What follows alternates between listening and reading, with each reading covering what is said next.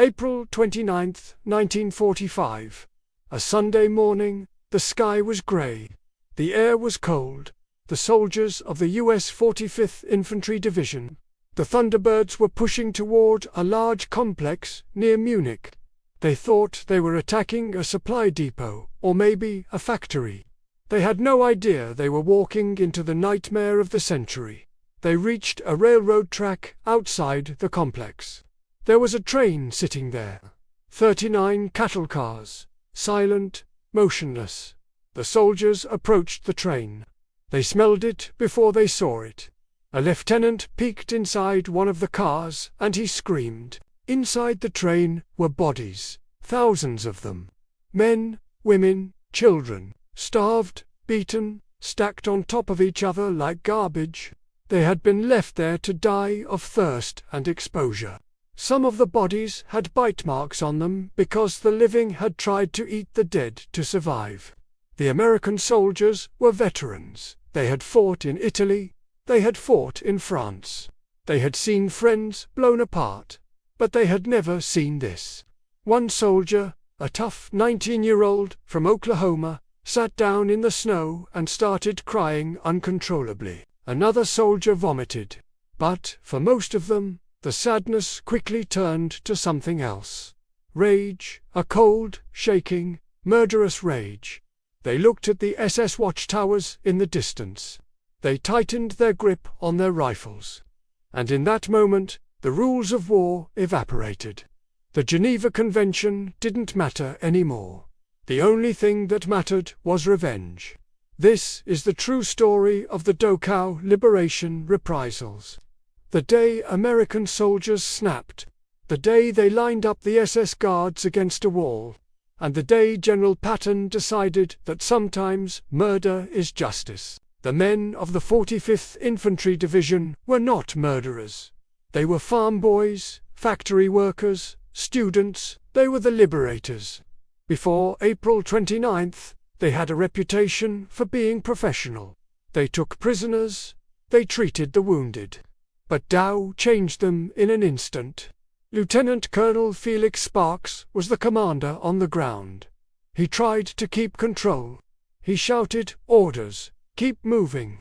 Don't look at the train. But you couldn't not look. There were 2,300 bodies on that train. The soldiers walked past them.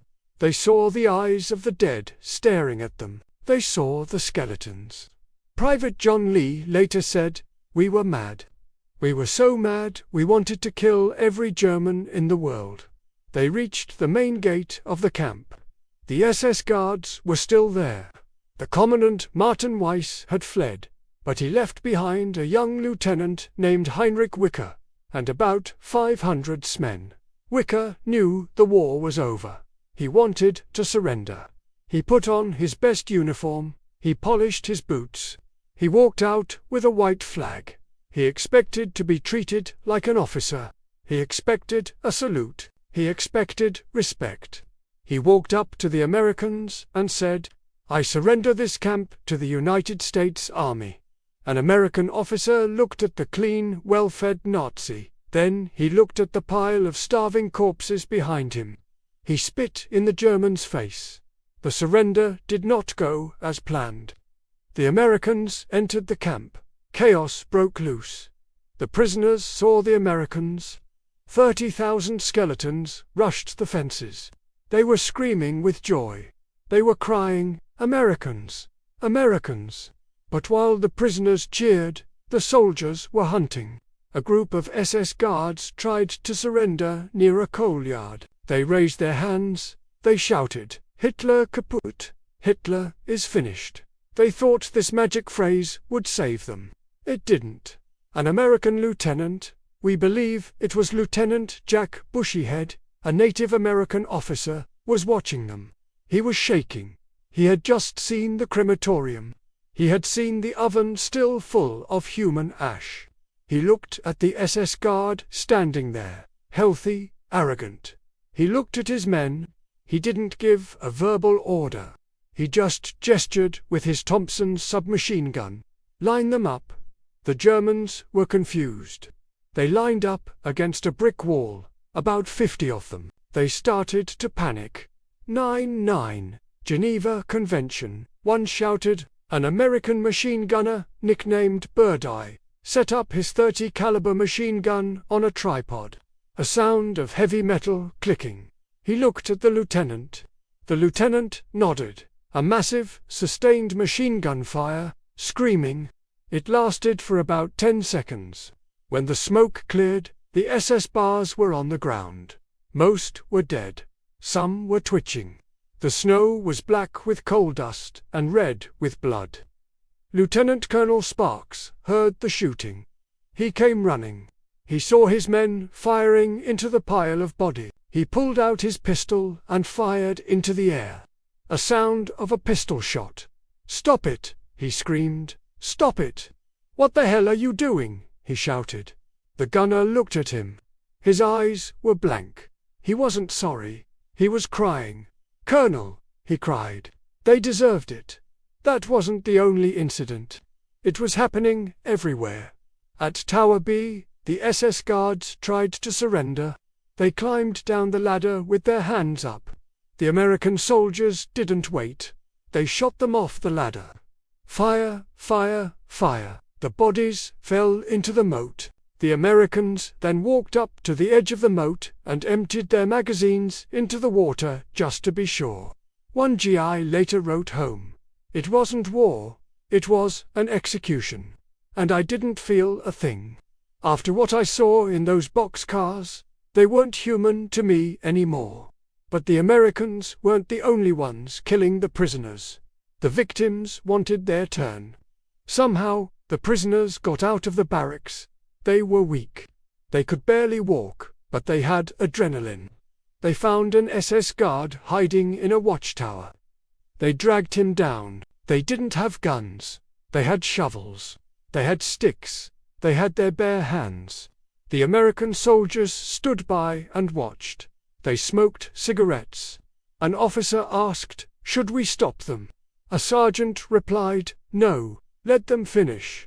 The prisoners beat the guard to death. They tore him apart. It was primal. It was savage. It was justice. In another part of the camp, the prisoners found a German capo, a prisoner who worked for the Nazis and beat other prisoners. They drowned him in a latrine. For 1 hour, Dachau was a lawless zone. The victims became the judges, the juries, and the executioners, and the US Army simply looked the other way. Eventually, order was restored. Lieutenant Colonel Sparks stopped the killing. He locked up the surviving Germans to save them from his own men. But the secret couldn't be kept forever. Photos had been taken. Photos of American soldiers standing over piles of executed Germans. Photos of the Collard massacre. A few days later, an investigative team arrived, led by Lieutenant Colonel Joseph Whitaker. They interviewed the soldiers. They collected the photos. They wrote a report. Investigation of alleged mistreatment of German guards at Dachau. The report was damning. It concluded that American troops had violated international law. It recommended court-martials. It recommended that the heroes of Dachau be treated as criminals. The report was sent up the chain of command. It landed on the desk of General George S. Patton. Patton read the report. He looked at the photos of the dead SS guards. He looked at the photos of the death train. Patton was a strict disciplinarian. He usually punished soldiers for having unpolished boots. But this was different. Patton knew what his men had seen. He knew that the SS were monsters. He called the SS the slime of the earth. He summoned the investigating officer. He held up the report. "What is this garbage?" The officer said, "Sir, it is evidence of war crimes." Patton threw the report on his desk. "War crimes? You walk into a place like that, you see 2,000 dead bodies on a train, and you expect my boys to follow the rulebook? Hell no." Patton reportedly said, "These men were overwrought. They had nervous trigger fingers. It happens in war." Then he did something legendary. He didn't sign the court-martial papers. He took the report and he burned it. Or, according to some sources, he ordered it to be buried in the deepest top-secret file in the archive, never to be opened. He told his staff, "There will be no trial." The SS got what they deserved. Dismissed. Eisenhower, the supreme commander, agreed. He saw the photos of the death train. He realized that putting American heroes on trial for killing Nazi monsters would destroy morale. So, the order came down. Quash the investigation. The charges were dropped. Lieutenant Jack Bushyhead, who ordered the shooting, went home to Oklahoma. He never spoke about it.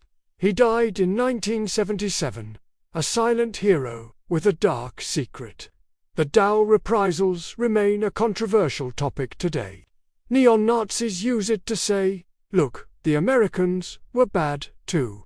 But historians see it differently. It wasn't a planned genocide. It was a human reaction.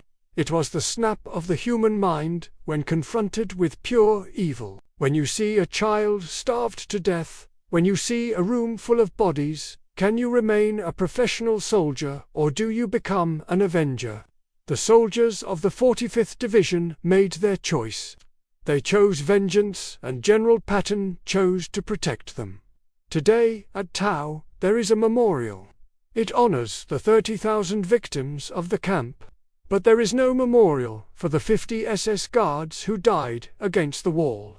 Their bodies were buried in unmarked graves, forgotten. History has judged them. They were the architects of hell. And on April 29, 1945, they met the devil. As for the American soldiers, they carried the memory of the death train for the rest of their lives. They tried to forget the shooting, but they never regretted it. One veteran said years later, "I know killing prisoners is wrong, but that day, at that place, it felt like the only right thing to do." This is the hardest question in war. If you had seen the death train, would you have pulled the trigger? Be honest. Let me know in the comments. And if you want to see the story of the ghost army that fooled Hitler, click the video on the screen. Thanks for watching.